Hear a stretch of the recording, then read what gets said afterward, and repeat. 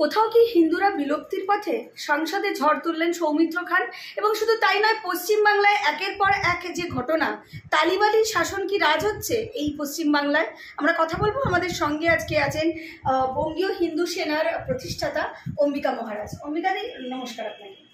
এই যে পরিস্থিতি এখন ঘটেছে, আমরা সংসদেও দেখলাম কিভাবে সৌমিত্র খান তিনি হিন্দুদের নিয়ে গলা ফাটালেন, তিনি তাদের প্রতিষ্ঠার জন্য, তাদের দাবির জন্য তিনি আওয়াজ তুললেন। এবং সম্প্রতি চোপড়ার যে ঘটনা, তার আগে একের পর এক ঘটনা, এবং এই যে মব লিঞ্চিং যে বিভিন্ন জায়গায় ঘটছে, 5 দিনে প্রায় 7 জনের মৃত্যু ঘটেছে, বেলঘরিয়ার মতন জায়গায় ঘটনা, এই যে ঘটনাগুলো সামনে আসছে, কি বলবেন?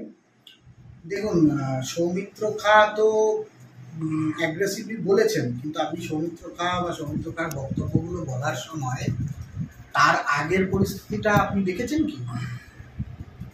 ভারতবর্ষের গণতন্ত্রের মন্দির লোকসভার পবিত্র আসনে বসে দেশের বিরোধী দলের নেতা, যাকে আমরা ব্যঙ্গ করে ঠাট্টা করে পাপ্পু টাপ্পু বলে থাকি আর কি, দেশের প্রধানমন্ত্রীও বলেন, পাপ্পু সুলভ মন্তব্যের কারণেই বলেন, রাহুল গান্ধী, তিনি কিভাবে তার ভাষণে তিনি কিভাবে হিন্দুদেরকে হিংস্র, আক্রমণকারী এই শব্দগুলো বলেছেন দেখেছেন তো?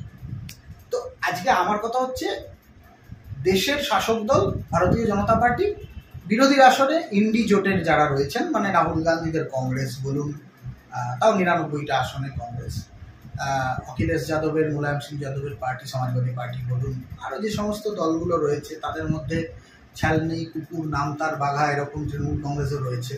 সেরকম দলের একজন বরিষ্ঠ, 5 বারের, এবার 5 টাইমসের উনি এমপি, কল্যাণ বন্দ্যোপাধ্যায়ের অঙ্গভঙ্গি দেখেছেন তো?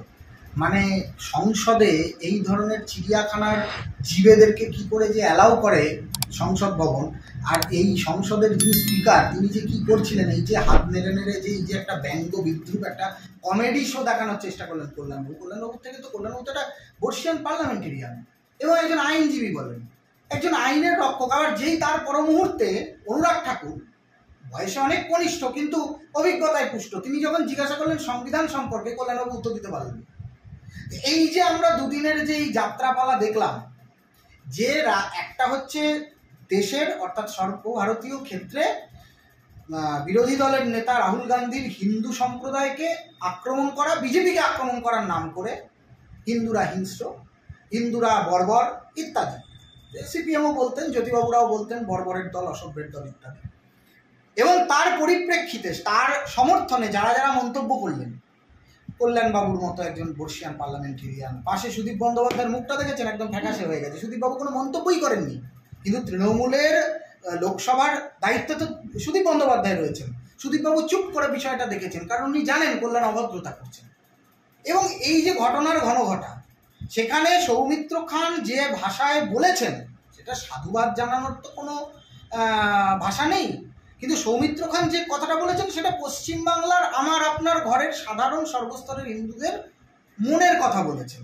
আজকে আপনি বলুন না, এতগুলো রাজ্যে নির্বাচন হয় ভারতবর্ষে, উত্তরপ্রদেশে নির্বাচন হয়েছে, মধ্যপ্রদেশে নির্বাচন হয়েছে, উত্তরপ্রদেশে তো সমাজবাদী পার্টি তো বেশি আসন পেয়েছে কম বিজেপির থেকে, যেভাবেই হোক না, আপনি বলুন সেখানে একটা জায়গাতে রাজ্যের শাসক দল বিজেপি অর্থাৎ যোগী আদিত্যনাথের সরকার, তারা কোনো রকমভাবে সমাজবাদী পার্টির কোনো কার্যকর্তাকে মারধর করেছে, তাদের সাথে কোনো অসভ্য বর্বরোচিত আচরণ করেছে?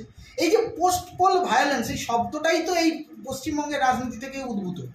আজকে পশ্চিমবঙ্গের রাজনীতিতে 2018 সালের পঞ্চায়েত নির্বাচন থেকে আজকে 2024 সালের লোকসভা নির্বাচন, চিত্র তো পাল্টাচ্ছে না। উত্তর এই খুন, রক্তাক্ত হওয়ার ইতিহাস, মা বোনের স্মৃতির সিঁদুর মোছা, একের পর এক বিরোধীদের কণ্ঠরোধ করা, একের পর এক বিরোধীদের উপরে অত্যাচার করা, গণতন্ত্রের নামে যে নগ্ন প্রহসন, এটা তো পশ্চিমবঙ্গেই সবচেয়ে বেশি দেখতে পাওয়া যায়। আর সৌমিত্র খান সেই কথাটা তুলে ধরেছেন। সৌমিত্রকে আমি ব্যক্তিগতভাবে চিনি, দীর্ঘদিনের আমার পরিচিত, এবং 2019-এ একসঙ্গে কাজ করারও আমরা সুযোগ পেয়েছিলাম।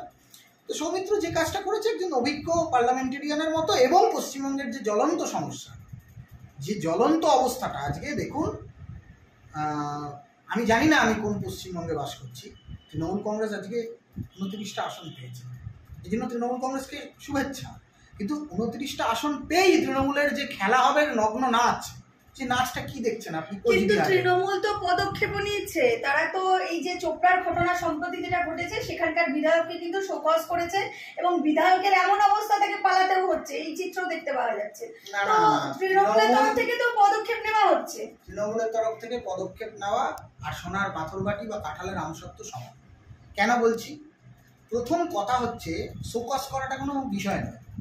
একজন ভারতবর্ষকে ধর্মনিরপেক্ষ রাষ্ট্র বলেন কারা? তৃণমূল কংগ্রেস বলে, মার্ক্সবাদী কমিউনিস্ট পার্টি বলে। তো সেই ধর্মনিরপেক্ষতার মুখোশধারী, কাঁঠালের আমসত্বের মুখোশধারী মমতা বন্দ্যোপাধ্যায়, যিনি রেড রোডে দুর্গাপুজোর কার্নিভালেও যান, আবার রেড রোডে ওইখানেই মঞ্চ বেঁধে ইমামরা যখন ইফতার করেন উনি হিজাব বোরখা পরে নামাজ পড়েন, সেরকম একজন ব্যক্তি যিনি নিজেকে ধর্মনিরপেক্ষ বলেন, দীঘায় জগন্নাথ মন্দির করছেন ইত্যাদি ইত্যাদি, আবার ইমাম ভাতাও দিচ্ছেন বলছেন। সেই মমতা বন্দ্যোপাধ্যায়ের রাজ্যে তার শাসক দলের একজন এমএলএ, লেজিসলেটিভ অ্যাসেম্বলির একজন মেম্বার, তিনি বলছেন ভারতবর্ষ এটা মুসলিম রাষ্ট্র, এই ধরনের বিষয় হয়ে থাকে। উনি মুসলিম রাষ্ট্র এই কথাটা বললেন কিভাবে? তৃণমূল কংগ্রেস যে একটা বিচ্ছিন্নতাবাদী সাম্প্রদায়িক রাজনৈতিক দল এবং তাদের একমেবা দ্বিতীয়ম কাজ যে অ্যাপিসমেন্টের পলিটিক্স, মানে তুষ্টিকরণের রাজনীতি, সেটা তো বারংবার প্রমাণ হয়েছে। আজকে আমি আপনাকে বলছি, ওই হামিদুল্লাহ কে আছে ওই এমএলএ, আমি নামও উচ্চারণ করতে চাই না, আর তার যে সাংঘাত, তার নামটাও তো বিচিত্র, জেসিবি। সেই জেসিবি বাবু, তারা তো এ ধরনের বিচার এটা নতুন করেননি, এরা তো এর আগেও করেছেন। এবং এই কোচবিহারই সেই কোচবিহার যেখানে নিশীথ পরামানিককে ভোট দেওয়ার কারণে 2019-এ অসংখ্য মানুষকে ঘর বাড়ি ছেড়ে আসামে পালাতে হয়েছিল। 2021-এর নির্বাচনে বিজেপি ভালো ফল করেছিল বলে উত্তরবঙ্গে আপনারা দেখেছেন সবচেয়ে বেশি জনসমর্থন আমরা উত্তরবঙ্গে পেয়েছি। সেখানকার কারণ সেখানে উদ্বাস্তু মানুষ, উদ্বাস্তু ওপার বাংলা থেকে আগত ধর্মীয় অত্যাচারের কারণে, সাম্প্রদায়িক অত্যাচারের কারণে যে সমস্ত হিন্দু বাঙালিরা, তারা বিজেপিকেই তাদের একমাত্র চয়েস হিসেবে বেছে নিয়েছেন। তারপরের পরিস্থিতিটা দেখুন, প্রায় 3,500-এর কাছাকাছি মানুষ আসামে গিয়ে কোকরাঝাড় থেকে শুরু করে বিভিন্ন জায়গা থেকে তারা আশ্রয় নিয়েছিলেন এই পোস্টপোল ভায়োলেন্সের কারণে। আর সেখানেই দেখুন আজকে এই জেসিবি বাবু এবং এই হামিদুর বাবু, এদের যে কীর্তি, আমি আপনাকে বলছি শুনুন দীপান্বিতা, আপনার এই যে বিষয়টা, এই যে মাটিতে ফেলে একজন নারীকে, সংখ্যালঘু মহিলাকে এইভাবে ব্যাপকভাবে মারধর করা, গরুকেও এভাবে কেউ পেটায় না, বা কুকুর ছাগলকেও কেউ এভাবে মারে না একটা সভ্য রাষ্ট্রে বা একটা সভ্য সমাজে। এই ঘটনাটা যদি, এই ভিডিও ক্লিপিংস ভাইরাল না হতো, তৃণমূল কংগ্রেস কোনো ব্যবস্থা নিত না। আপনি আমাকে বলুন, মা কালী মদ খায়, গাঁজা খায়, সিগারেট খায়, এই মন্তব্য করার কারণে তৃণমূল কংগ্রেস কি ব্যবস্থা নিয়েছে মহুয়া মৈত্রকে? আজকে ওই অসভ্য একটা লোক, কুকুরের ডায়ালিসিস করা ডাক্তার নির্মল মাঝি, সে মমতা বন্দ্যোপাধ্যায়কে সারদা মায়ের সাথে তুলে, যে মমতা বন্দ্যোপাধ্যায় কথায় কথায় বেলুর মঠে দৌড়ন, যে মমতা বন্দ্যোপাধ্যায় বলেন আমি রঙ্গনাথানন্দজির মন্ত্র শিষ্যা, সেই মমতা বন্দ্যোপাধ্যায় এত বড় একটা অনাচার কি করে মেনে নিলেন? তিনি কি তার কাউন্টার করেছিলেন? একটা শোকজ করেছিলেন? মমতা বন্দ্যোপাধ্যায়ের সাংসদ, এত পুরনো কথা ছেড়ে দিন, মানুষ তো বর্তমানে নিয়ে বাঁচে, পুরনো অতীত আমি বাদ দিলাম। এই লোকসভা নির্বাচন চলাকালীন মুর্শিদাবাদের মাটিতে মমতা বন্দ্যোপাধ্যায়ের অনুচর হুমায়ুন কবির, তিনি বলছেন আমরা এখানে 70%, হিন্দুরা 30%, পুলিশ প্রশাসন না থাকলে পরে 8 ঘন্টার মধ্যে কেটে গঙ্গায় ভাসিয়ে দিতে পারে। তো আজকে এত বড় মন্তব্য করার কারণে হুমায়ুন কবিরকে তিনি কবার শোকজ করেছেন? মমতা বন্দ্যোপাধ্যায়ের শোকজ করা কাঁঠালের আমসত্ব। আর এখানে আরেকটা বিষয়, তাহলে কি ওই মহিলা সংখ্যালঘু ছিল বলেই শোকজটা করা হলো? মানে তার কারণ হচ্ছে হিন্দুদের নিয়ে যেভাবে বলা হচ্ছে, হিন্দুদের দেবদেবী বা তাদের উপরে আক্রমণাত্মক কথায় যদি শোকজ করা না হয়, এটা কি শুধুমাত্র সংখ্যালঘু বা মুসলিম মহিলা বলে এতটা তৎপর? একদমই তাই, একদমই তাই। দেখুন, আমার মনে পড়ছে তখন এত চ্যানেল বা এত পোর্টাল, এত কিছু খবর হয়নি আপনারা যেভাবে এখন মানুষের কাছে পৌঁছে। আমি বলছি আপনাকে 2016 সালের কথা। 2016 সালে বীরভূমের ইলামবাজার ব্লকে, সেই ইলামবাজার ব্লকে সংখ্যালঘু পরিবারের মানুষ যারা বিজেপি করতেন, তাদেরকে নৃশংসভাবে পেটানো হয়েছিল এবং মেরে ফেলা হয়েছিল, হত্যা করা হয়েছিল। 2016-র ঘটনা। মমতা বন্দ্যোপাধ্যায় কিন্তু তখন শোকজ করেননি, কারণ তখন মমতা বন্দ্যোপাধ্যায়ের কাছে 30% ভোট ব্যাংকের রাজনীতি সর্বস্বতাটা ততটা ছিল না।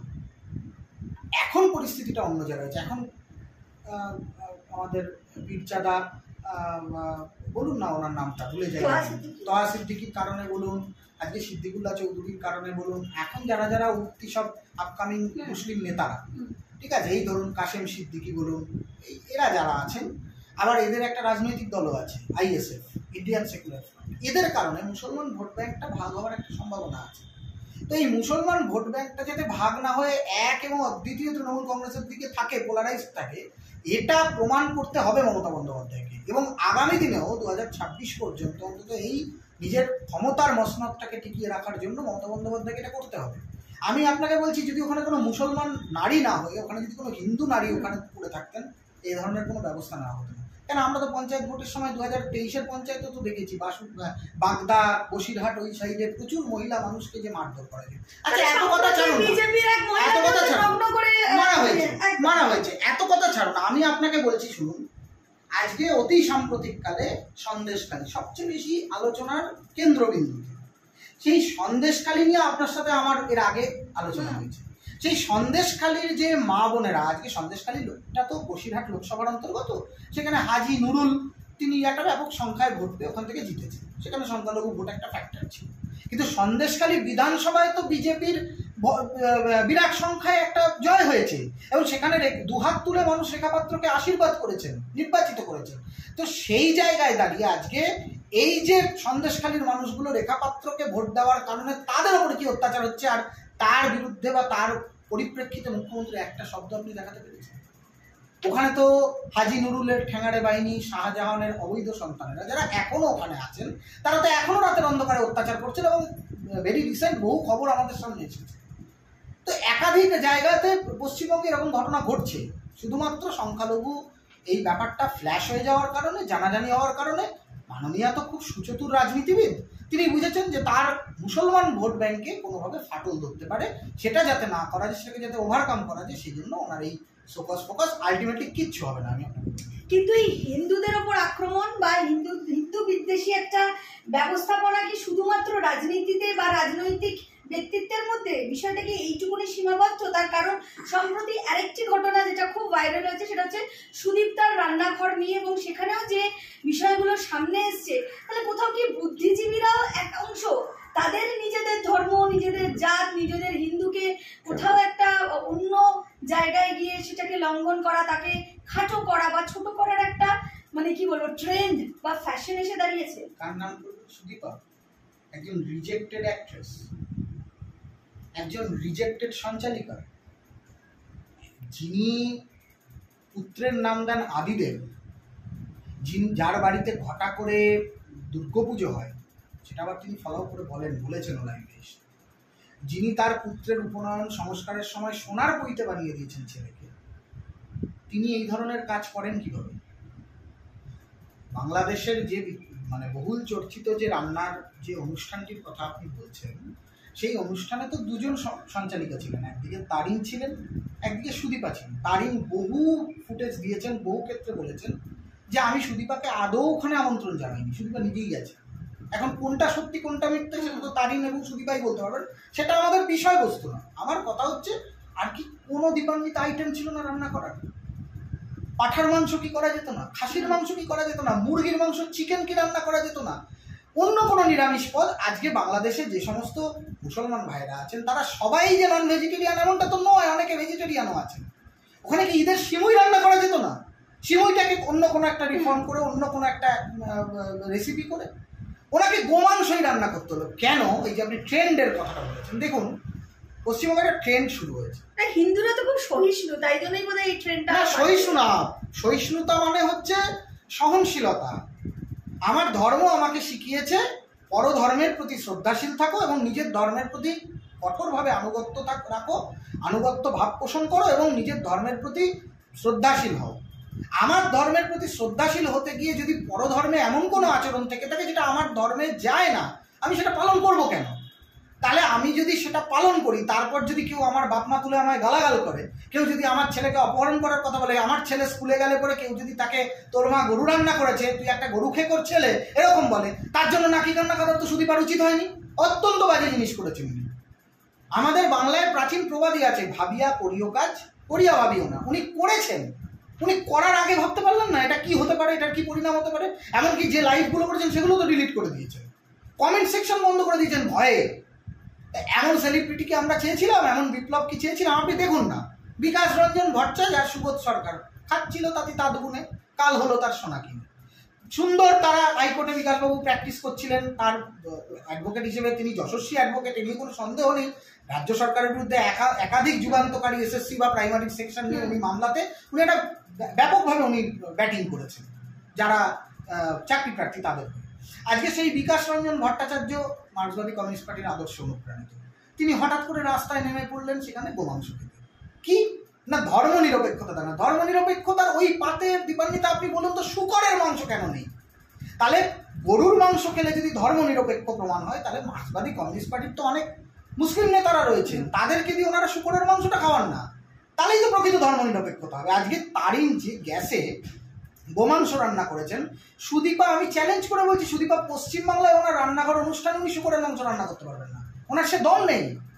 হিন্দু ধর্মকে অপমান করা, হিন্দু ধর্মকে অশ্রদ্ধা করা, হিন্দু ধর্মকে গালাগালি করা, হিন্দু ধর্মকে নিয়ে সমালোচনা করা, আপনি দেখেছেন তো শ্রীজাতকে ত্রিশূলে জন্ম নিরোধক করিয়েছিলেন, কি বিচার হয়েছে তার? শ্রীজাতর বিরুদ্ধে একাধিক থানায় এফআইআর হয়েছিল, কোনো স্টেপ নেওয়া হয়নি। এবং মমতা বন্দ্যোপাধ্যায় তার মুখ্যমন্ত্রী আসনে বসে বলেছেন এই ধরনের সাম্প্রদায়িকতাকে প্রশ্রয় দিই না, শ্রীজাত যা করেছে বেশ করেছে। বিশ্বজিৎ দাসের কথা বললাম, বাগদার বিধায়ক ছিলেন সায়নী ঘোষ, তিনি শিবলিঙ্গ, আপনি ভাবতে পারেন একটা শিবলিঙ্গ মানে সারা ভারতবর্ষের আত্মা, মুসলমানরাও শিবলিঙ্গকে সম্মান করে, তারা অন্তত শিবলিঙ্গ নিয়ে কোনো কটূক্তি করে না। জাকির নায়েক তো সবাই নয়, কেউ কেউ তো ওয়াজেদ আলীর মতো মুসলমানও তো আমাদের ভারতবর্ষে আছে, আব্দুল কালামের মতো মুসলিমও তো আছেন, রাষ্ট্রবাদী মুসলিম। তো সেই সমস্ত মুসলমানরা তারাও শিবলিঙ্গকে শ্রদ্ধা করেন, ধর্ম বর্ণ জাতি ধর্মের ঊর্ধ্বে উঠে। সেইখানে দাঁড়িয়ে আজকে সায়নীর মতো একটা মহিলা, সে জাতিতে হিন্দু, সে যাদবপুর লোকসভা থেকে আজকে নির্বাচিত হয়েছে। আমাদেরও দুর্ভাগ্য, যাদবপুরের মানুষেরও দুর্ভাগ্য, তারা এমন একজন চিড়িয়াখানার জন্তুকে নির্বাচিত করেছেন। সে পার্লামেন্টে গিয়ে আজ করলেন যে হাত মেরে নাচন কুদনটা করেছে, সেটা কালকে সায়নী করবেন, সেটাই এক্সপেক্টেড। কিন্তু আজকে এই যে সায়নীর বিরুদ্ধে কোন ব্যবস্থা মমতা বন্দ্যোপাধ্যায় নিয়েছেন, এদের প্রত্যেকের অতীতটা আপনাকে বুঝতে হবে। সায়নী বলুন, শ্রীজাত বলুন, আজকে পশ্চিমবাংলায় 34 বছরের যে বামপন্থী শাসন, সেই ভিতটা সেটাকে তো মমতা বন্দ্যোপাধ্যায় ভাঙতে পারেননি। মমতা বন্দ্যোপাধ্যায় সিপিএমকে সরিয়েছেন, কিন্তু বামপন্থী যে মানসিকতা, আল্ট্রা লেফট যে মেন্টালিটি, এটাকে উনি বুঝতে পারেননি। কারণ মমতা বন্দ্যোপাধ্যায় নিজেই একজন মার্ক্সবাদী। মমতা বন্দ্যোপাধ্যায় সেই পথেই রাজনীতি করেন যে পথে জ্যোতিবাবুরা রাজনীতি করতেন। বুদ্ধবাবু রাজনীতি বলবো না, কারণ বুদ্ধবাবু অনেক ভদ্রলোক ছিল, মমতার মতো অন্তত নয়। তো সেই জায়গায় দাঁড়িয়ে আজকে সায়নী থেকে শুরু করে শ্রীজাত থেকে শুরু করে এদের প্রত্যেকের অতীত দেখুন, এরা প্রত্যেকে অতীতে বামপন্থী। সুদীপার স্বামী অগ্নিদেব চট্টোপাধ্যায়, তিনি এক সময়কার বামপন্থী, সুদীপার নিজে বামপন্থী। এবং সুদীপার পুরনো ফেসবুক পোস্ট আমি অত্যন্ত ধন্যবাদ জানাই আমার বঙ্গীয় ইউনিশনের কার্যকর্তাদের। আমাকে মালদা থেকে একটি ছেলে সেদিনকে হোয়াটসঅ্যাপ করেছে, সুদীপা এবং তার স্বামী লন্ডনে বেড়াতে গিয়েছে, সেখানে তারা বিফ খেয়েছিলেন। তো সুদীপার বিফ খাওয়াটা তো নতুন কিছু নয়, হঠাৎ করে এখন ঘোমটা টেনে সতীত্বের আবরণ নিয়ে তো উচিত নয় এগুলো করা। আজকে সুদীপা এটা করতে পেরেছেন কারণ আমরা হিন্দু বলে। এটা অন্য ধর্মের, উনি ছেড়ে দিন, মুসলমানদের কথা বাদ দিন, তারা তো প্রচন্ড রিয়াকশনারি। উনি শিখ ধর্মের গুরু গ্রন্থ সাহেবকে নিয়ে বা শিখ ধর্মের কোনো পাঞ্জাবি ভাইদেরকে নিয়ে, গুরু নানককে নিয়ে কোনো কটূক্তি করতে পারবেন? মেরে চামড়া তুলে দেবে। আমরা হিন্দুরা সহিষ্ণুতার পাঠ পড়াতে পড়াতে আমরা নিজেরাই আজকে ক্ষয়িষ্ণু, যার জন্য আজকে পশ্চিমবাংলাতে সংখ্যা গরিষ্ঠ থাকা সত্ত্বেও আমরা বাঙালি হিন্দুরা সংখ্যালঘু। এবং আমরা ডক্টর শ্যামাপ্রসাদ মুখার্জির যে বাংলায় তার যে অবদান, তাকে অস্বীকার করে আজকে আমরা বেঁচে রয়েছি নিজেদের অস্তিত্বকে বিলুপ্তির পথে নিয়ে। এই বাঙালি হিন্দু সমাজ আগামী দিনে কি করবে আপনি? কিন্তু যেখানে মুখ্যমন্ত্রী সব সময় তোষণ করে একটি সম্প্রদায়কে, বারবার বলা হয়, বিরোধীরা বলে, এবং সম্প্রতি যে এই যে হকার উচ্ছেদ নিয়ে যেভাবে, সেখানে তো হিন্দু হকার, সেখানে কিন্তু উচ্ছেদ করেছে, ঠিক কথা। পরবর্তীকালে ধর্মতলায় কিন্তু রীতিমতন সেখানেও, হ্যাঁ, এবং সেখানেও করেছে উচ্ছেদ। ধর্মতলা নয়, আপনি ধর্মতলাটা তো দেখা যায়। আজকে কলকাতা শহরের মহানাগরিককে, মেয়রকে জনাব ফিরহাদ হাকিম, আমাদের দুর্ভাগ্য, যে আসনে একদিন দেশবন্ধু বসেছিলেন চিত্তরঞ্জন দাস, যে আসনে নেতাজি সুভাষচন্দ্র বসু বসেছিলেন, সেখানে মমতা বন্দ্যোপাধ্যায়ের চয়েসকে, শোভন টোভন অব্দি ঠিক ছিল, সুব্রত মুখোপাধ্যায় ঠিক ছিল, জনাব ববি হাকিম, তিনি ববি হাকিম সাহেব, তিনি আবার রাজ্যের পুরো নগরোন্নয়ন দপ্তরের মন্ত্রীও। তার কনস্টিটিউয়েন্সিতে দুদিন আগে স্যান্ডউইচ হয়ে যাওয়া বিল্ডিং ভেঙে পড়েছে, কত মানুষ মারা গেছে, তার কাউন্সিলর, সেই ওয়ার্ডের কাউন্সিলর, সে ওই প্রমোটারের থেকে টাকা খেয়েছে, প্রমাণিত এগুলো। আজকে মমতা বন্দ্যোপাধ্যায়ের এই উচ্ছেদ, কেন উচ্ছেদ, এর পিছনে কারণ আছে। কলকাতা, উত্তর কলকাতা এবং দক্ষিণ কলকাতার যে কটা, যে দুটো যে লোকসভা কেন্দ্র এবং যাদবপুরের কিছুটা অংশ, টালিগঞ্জ সারাউন্ডিং, সেই 3টে লোকসভা কেন্দ্রের মধ্যে প্রায় 55টার কাছাকাছি ওয়ার্ডে বিজেপি ভালো ফল করেছে। এইটা হচ্ছে মমতা বন্দ্যোপাধ্যায়ের সমস্যা। আপনি দেখুন ভবানীপুরে যদুবাবুর বাজার, সেইখানে শিখেরা রয়েছেন, পাঞ্জাবিরা রয়েছেন, বাঙালিরা রয়েছেন, মারোয়ারিরা রয়েছেন, সেখানে হঠাৎ করে উচ্ছেদ করতে শুরু করলেন কেন? ওখানে হিন্দু ভোটার বেশি। ওই ওয়ার্ডের যিনি কাউন্সিলর অসীম বোস বাবাই, তিনি বিজেপি থেকে জয়ী হয়েছিলেন। জয়ী হয়ে তিনি তৃণমূলের উন্নয়নে অনুপ্রেরণার স্রোতে ঝাঁপ দিয়েছিলেন এবং ঝাঁপ দিয়ে তিনি আজ তৃণমূল, নব্য তৃণমূল, কোন তৃণমূলে আছেন তিনি বলতে পারবেন। আজকে সেই জায়গায় দাঁড়িয়ে সেইখানকার হিন্দু হকারদেরকে উচ্ছেদ করা। মাননীয়ার যদি দম থাকতো, মাননীয়া তো ওনার যে আদরের ভাই ববি হাকিম, তার বানানো যে মিনি পাকিস্তান, যে মিনি পাকিস্তানের কথা ডন পত্রিকার সাংবাদিককে উনি সাক্ষাৎকারে দিয়েছেন যে यहाँ भी एक छोटा मिनी पाकिस्तान है, সেই মিনি পাকিস্তান আমি বলছি রাজাবাজার, মল্লিকপুর, মোমিনপুর, ইকবালপুর, মেটিয়াবুরুজ, এই যে জায়গাগুলো, এই জায়গাগুলোতে কেন একটা হকার উচ্ছেদ হচ্ছে না? এখানে তো কিচকিচ করছে এবং এখানকার যে জনবিস্ফোরণ আজকে আমরা বুঝতে পারছি না, কারণ আমরা ওইসব এলাকাতে সচরাচর যেতে পারি না। সাধারণ মানুষ ওই এলাকাতে একটুখানি যারা সুস্থ স্বাভাবিক রুচি সম্পন্ন, তারা ওই এলাকা দিয়ে গেলে তাদের গা ইঙ্গিত করবে, এমন পরিস্থিতি তৈরি করে রাখা হয়েছে। সেখানে তো ওই মমতা বন্দ্যোপাধ্যায়ের এই হকার উচ্ছেদের মানসিকতা বহিঃপ্রকাশ ঘটল না, পারবেন না, কারণ এক চেটিয়া 30% ভোটের রাজনীতি আর কিচ্ছু। যাদের তুলেছে, উচ্ছেদ করেছে, যাদের ক্ষতি হয়েছে তাদের আশ্রয় শিবির করে দিচ্ছে, তো সেখানে আশ্রয় শিবির করে তাদের রাখা হবে না। সবার কি করেছেন উনি? প্রথম কথা, উচ্ছেদের একটা নিয়ম আছে। আমি যদি কোনো এলাকাতে অত্যাধিক পরিমাণে হকারের বৃদ্ধি বাড়ন্ত হয়, আমাকে তো সেখানে একটা নোটিশ দিতে হবে। ক্যালকাটা মিউনিসিপ্যাল কর্পোরেশনের পক্ষ থেকে বা বাজার কমিটির পক্ষ থেকে যে বাজারগুলোতে বা যে এলাকাগুলোতে এই হকারদের উচ্ছেদ করা আছে, সেখানে কি কখনো কাউকে কোনো নোটিশ দেওয়া হয়েছিল যে ভাই আপনারা, আপনাদের 3 দিন টাইম দেওয়া হলো, আপনারা এই সমস্ত লোটা কম্বল গুটিয়ে আপনারা এখান থেকে সরে যান, কারণ এই জায়গাটাকে আমরা, এটা সরকারি জায়গা, ইত্যাদি ইত্যাদি ইত্যাদি। তো কোনো কিছুই তো করা হয়নি। সোজাসুজি কলকাতা পুলিশ এলো বীর বিক্রমে, ঠিক আছে, যোগীর কাছ থেকে নিরপেক্ষ শাসন তো মমতা বন্দ্যোপাধ্যায় শিখতে পারেননি, বুলডোজার দিয়ে, জেসিবি দিয়ে দোকানপাট ভেঙে দিয়ে পারলেন না করতে। তো সেই জায়গায় দাঁড়িয়ে কি আশা করি আমরা মমতা বন্দ্যোপাধ্যায়ের কাছ থেকে? আজকে যে হকারগুলো, তাদের কান্না, তাদের বাড়ির মেয়ের কান্না, আরে ছেড়ে দিন আপনি মশাই, আপনি বোলপুরে হকার উচ্ছেদ হচ্ছে, সেখানে একটা ছোট্ট বাচ্চা মেয়ে, সে একটা বহুল প্রচলিত গণমাধ্যমে, সংবাদ মাধ্যমে এসে বলছে আমি কাল খাবো কি, আমি কাল স্কুলে যাব কি নিয়ে, কারণ আমার বাবার এইখান থেকে যে রুজি রুটি হয় সেটা দিয়েই আমাদের প্রতিদিনের সংসার চলে। মমতা বন্দ্যোপাধ্যায় নামেই মমতা, তার কাজে, তার আচারে, আচরণে কোনোটাতেই মমতার কিন্তু যেভাবে মব লিঞ্চিং এ এতজন মারা যাচ্ছে, সরকারের তরফ থেকে আবারও কিন্তু 2 লক্ষ টাকা ঘোষণা করা হয়েছে, তাদের দেওয়া হবে এবং এই যে হোমগার্ড এইসব জায়গায় চাকরিও দেওয়া হবে। মমতা দেবীর এই 2 লক্ষের গল্পটা অনেক পুরনো, আপনাদের মনে আছে কিনা জানি না। মদ খেয়ে মরলেও 2 লাখ টাকা, রাইট? আমি ওটাই বলতে যাচ্ছি। মুর্শিদাবাদের চোলাই মদের ভাটিতে চোলাই মদ খেয়ে খোড়া হাসেম বলে একজন মারা গেছিল, তার 2 জন স্ত্রী। তো তাদের 2 জন স্ত্রীর মধ্যে মারামারি হয়েছে, মমতা বন্দ্যোপাধ্যায় সেখানে 2 লক্ষ টাকা ক্ষতিপূরণ দিয়েছে। মদ খেয়ে মরলে 2 লক্ষ টাকা। ওখানে আরবে হজ করতে যাচ্ছে, এখানে হজ টাওয়ার করে দিয়েছেন, কিন্তু আরবের ব্যবস্থা করার জন্য তো মমতা দায়ী নয়। হজ করতে গিয়ে সেখানে পদপিষ্ট হয়ে মারা গেলে তার জন্য 2 লক্ষ টাকা, কেউ ধর্ষণ হলে তার জন্য 2 লক্ষ টাকা। মানে মমতা বন্দ্যোপাধ্যায়ের কাছে মুড়ি মিছরিটা একদর, তাই মুড়ি মিছরি একদর করে উনি চলছেন। কিন্তু এই মুড়ি মিছরি একদর, দেখুন আজকে হয়তো ভোটের রাজনীতিতে মমতা বন্দ্যোপাধ্যায় এগিয়ে যাচ্ছে, কিন্তু এই যে প্রত্যেক সাধারণ মানুষের ভেতরে যে ফুসতে থাকা, ক্ষোভে পেটে পড়তে থাকা যে মানুষরা, আজকে বিজেপির 18টা লোকসভা আসন ছিল, আপনি বলবেন যে আসন কমেছে, 12টাতে নেমেছে, কিন্তু আপনি বলুন তার সাথে সাথে প্যারালালি ভোট পার্সেন্টেজ বেড়েছে কি বাড়বে? আমরা 2,28,00,000 মানুষের ভোট পেয়েছিলাম 2021-এর বিধানসভা নির্বাচনে, আজকে সেখানে সেটা 2,43,00,000 কাছাকাছি, 39,43,00,000 মতান্তরে একটা ভোট পার্সেন্টেজ বেড়েছে। তাহলে এই ভোটটা তো ভূতে দেয়নি, আকাশ থেকে এসে বাঘে দেয়নি। আর ইভিএমকে তো গালাগাল মমতা দেবী করবেন না, কারণ ইভিএম এবার হ্যাক হয়নি, যেহেতু মোদি কম আসন পেয়েছিল। তো সেই জন্য এইসব কথা বলে কোনো লাভ নেই, এগুলো অপ্রাসঙ্গিক কথা। আর মমতা দেবীর কাছে সৌজন্য, ভ্রাতৃত্ব, মমত্ব কোনো কিছুই আর আমাদের কিছু আশা করারও কিছু নেই, এবং ওনার কাছ থেকে আমাদের কিছু পাওয়ারও নেই। এই মানুষের যে ক্ষোভের বহিঃপ্রকাশ, এখন একটাই আমাদের দেখার বিষয়, এই ক্ষোভের বহিঃপ্রকাশটা চূড়ান্ত বহিঃপ্রকাশটা হবে। কিন্তু যেভাবে রাজ্যে আবারও রাজ্যের তরফ থেকে 1 টাকা করে ভ্যাট বাড়ালো, মানে কর বাড়িয়ে দেওয়া হলো, পেট্রোলের ডিজেলের ইয়ে বাড়িয়ে দিয়েছে, রান্নার গ্যাসের সেল ট্যাক্স ছাড়ছে না কেন মমতা বন্দ্যোপাধ্যায়?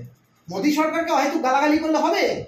পেট্রোল ডিজেলের যে এক্সট্রা ট্যাক্স, যেটা প্রত্যেক রাজ্য সরকার নেয়, যোগী সরকারকে নেয় না, সেটা হেমন্ত বিশ্ব শর্মার মতো একজন মুখ্যমন্ত্রী, আসামের মতো একটা ছোট স্টেট, সেখানে নেয় না। যে স্টেটে মাত্র 14টা কি 15টা লোকসভা আসন। সে আর আজকে পশ্চিমবাংলায় 42টার মতো লোকসভা আসন, এত বড় একটা রাজ্য, বর্ডার এরিয়া স্টেট, সেইখানে মমতা বন্দ্যোপাধ্যায় দেশের পেট্রোল ডিজেলের দাম বাড়লেই সিলিন্ডার কাঁধে নিয়ে খাবো কি বলে উনি তো নেমে পড়েন রাস্তাতে মিছিল করতে। উনি নিজে সেল ট্যাক্সগুলো ছাড়ছেন না কেন? ওনার রাজ্যের ট্যাক্সগুলো উনি ধরে আছেন কেন? ছাড়ুন, সাধারণ মানুষের সুবিধা হয়তো অনেক। কিন্তু এই যে 1 টাকা করে বাড়িয়ে দিল, ঠিক নির্বাচন গেল, প্রায় 29টা সিট নিয়ে তারা এত ম্যান্ডেট নিয়ে আবার জিতলো, তারপরে আবার সেই মানুষের তো তাহলে না বিশ্বাস উঠছে, তাহলে মানে ঠিক কেন? পশ্চিমবঙ্গে কোনো কর্মসংস্থান নেই দীপান্বিতা, পশ্চিমবঙ্গে শিল্প নেই, পশ্চিমবঙ্গে কোনো বাইরের রাজ্যের কোনো উদ্যোগপতিরা তারা আসেন বাণিজ্য সম্মেলনের নাম করে। আগে অমিত মিত্র হাত ধরে ধরে নিয়ে গিয়ে বসানো হতো, অমিতবাবু আগে বসতেন। এখন তো অর্থমন্ত্রীও মমতা, স্বাস্থ্যমন্ত্রীও মমতা, স্বরাষ্ট্রমন্ত্রীও মমতা, সবই মমতাময় মন্ত্রিসভা। তো আজকে মমতার নেতৃত্বে এখানে তো কদিন আগে গৌতম আদানি এসেছিলেন।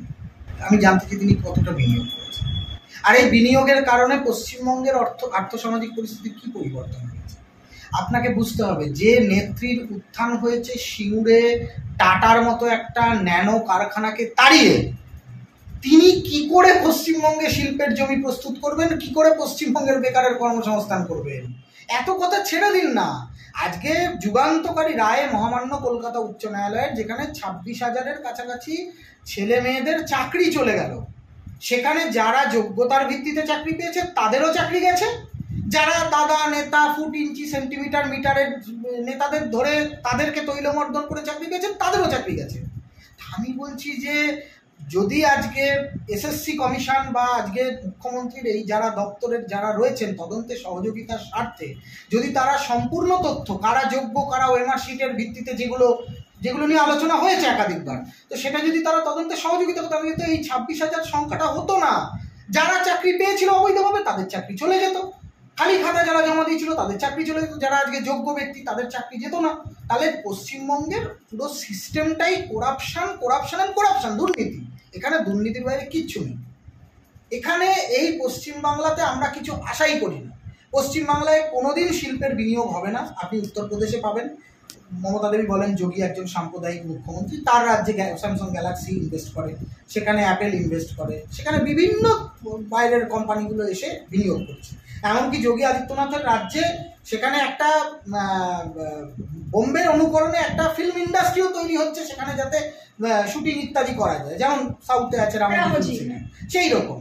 এবং সেটার জন্য প্রচুর মানুষের কর্মসংস্থান হবে। কিন্তু মমতা দেবীর রাজ্যে কি হচ্ছে? এখানে তো সরকারের বিরুদ্ধে ছেড়ে দিন, একটা সিনেমাতে সরকার বিরোধী কথা থাকলে সেই সিনেমা নন্দনে চলতে দেয় না। উদাহরণ তার দলের সাংসদ দেবের আর মিঠুন চক্রবর্তীর অভিনীত চলচ্চিত্রের কথা। তো এটা পশ্চিমবঙ্গের রাজনীতি এভাবেই চলে। কিন্তু পশ্চিমবাংলায় বিরোধী দল হিসাবে সামনেই নির্বাচন, হাতে আর 2 বছর সময়, 26-এ বিধানসভা। তো বিরোধী দল হিসাবে আমি যদি বিজেপিকেই ধরি, কারণ 12টা সিট, তো সেইভাবে লড়াইয়ের ময়দানে বিজেপি কতটা জায়গা করে নিতে পারবে? কারণ আমরা লোকসভার নিরিখে দেখলাম কি রেজাল্ট হতো। দেখুন, ভোট পার্সেন্টেজ তো বেড়েছে। বিজেপির সমস্যা হয়ে গেছে, বিজেপির কাছে যাদেরকে দায়িত্ব দেওয়া হয়েছিল সংগঠনকে সঠিকভাবে পরিচালিত করা। আমি অত্যন্ত দুঃখের সঙ্গে বলতে বাধ্য হচ্ছি, আগেও বলেছি, তারা সংগঠন ঠিকভাবে পরিচালনা করতে পারে।